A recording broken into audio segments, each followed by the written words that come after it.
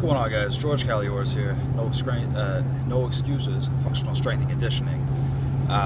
Driving home and I'm listening to a podcast from Chad Wesley Smith and Brandon Lilly and Dr. Mike Israetel.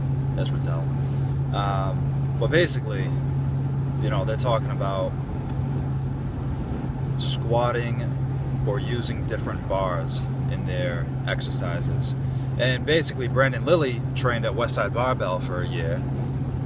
360 days, I think he said, and 364 maybe, whatever. Anyway, he said that basically he got so good at using these different bars and bands and chains that when he got to his competition, he bombed it because he couldn't move the straight weight. And I was just thinking about that, and I'm like, you know what?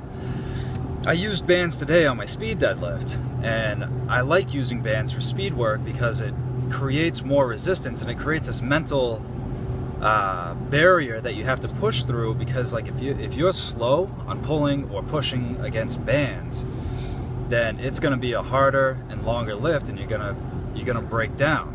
So you have to move the weight fast in order to gain and maintain momentum throughout the lift. Now what that translates into is when you take that band off, you're still going to have that mind frame of I have to move this weight fucking fast, but you're not going to have that accommodated resistance. So like Louis Simmons said with Abby Cosgrove or something like that, Abby Grove, she didn't clean for so many months. She's a CrossFitter, and she didn't clean for so many months. She only deadlifted with bands, but she PR'd on her deadlift by like so many pounds. So what I'm getting at, I guess, is that I like using bands, and I haven't used chains, but I like using bands because of the resistance, but I only use it in my speed work. I have yet to use it on a max effort or really repetitive effort work on this program I'm running, even though I could. I like assistance work with it because, like, for stuff like my bench and my overhead press, I like that added resistance at the top of the lift because it helps that lockout strength, and again, it makes you want to move fast. I like doing my push-ups with bands because, again, it makes you want to move fast. So let that kind of sink in, and use the bands when you want to use the bands, but also make sure this fucking guy almost just hit me. I would kind of wish he did. Use the bands when you want to use the bands, but make sure it's really counting. Train optimally, not maximally. Louis Simmons, Westside. So today, for my workout, I did banded deadlifts from a deficit in my Olympic lifting shoes. Again, adding another variable. And people have been breaking my balls about Olympic lifting shoes too. I don't really understand why. Not that they're against heels or anything, but they're like, why do you need another pair of shoes? Aren't those lifting shoes? Like, yeah, my powerlifting shoes are powerlifting shoes, but these are different. These have a heel. These are, just a different kind of shoe. It's not like I'm just collecting shoes to collect shoes. Like, it gives me a different feel, and it makes it move different. It makes some things a little more effective. Anyway, fuck them. So 8 sets of 3 with 205 and 2 mini bands, pulling on a deficit with my heels. And then I did I supersetted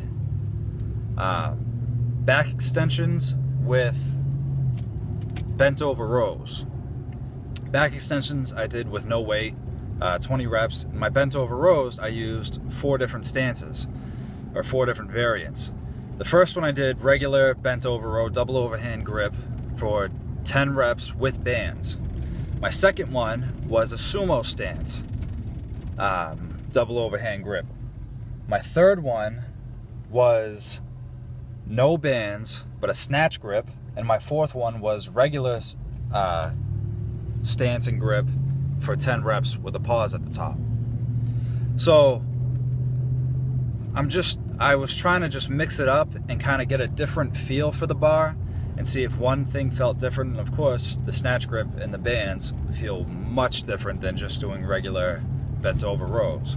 And this way that you're not getting as fatigued when you're trying to move this weight either. You can do the same thing with like the incline dumbbell press. Switch the angle of the bench and use different ways of pressing it. After that, I did bent over rear delt raises.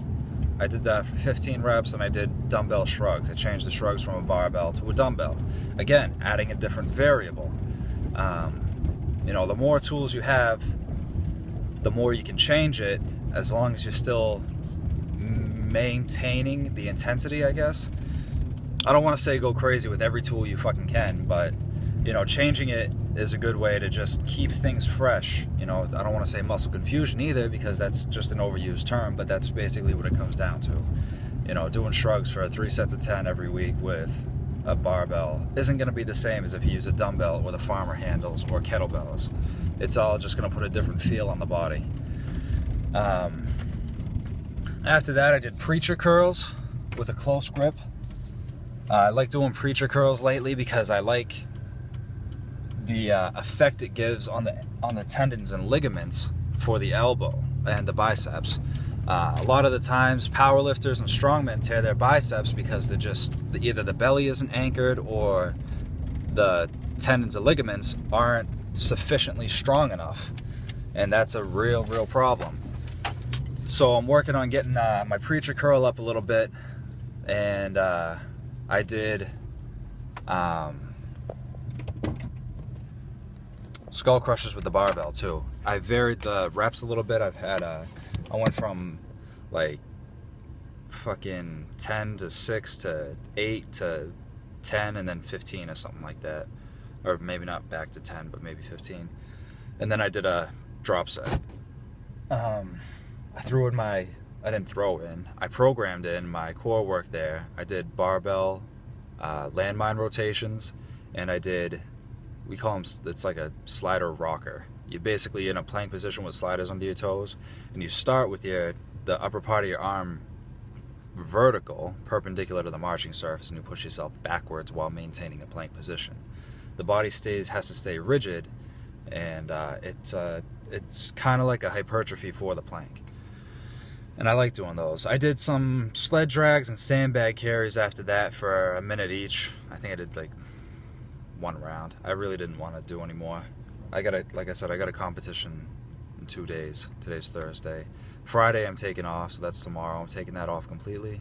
And then Saturday's a competition.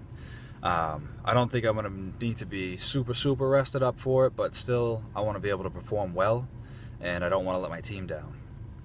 So that's what I did today. Tomorrow's rest day. I had Qdoba for lunch, and I got a haircut yesterday, if you didn't notice. And that's all I got. So I'm going to put the videos up in a moment here. I just got home. Lovely, humble abode. And I got to take a shower and do laundry. Other than that, I'll see you guys later. Well, maybe I won't see you guys, but you'll see me. And I'll talk to you all later. So be safe, be smart, and wear a condom.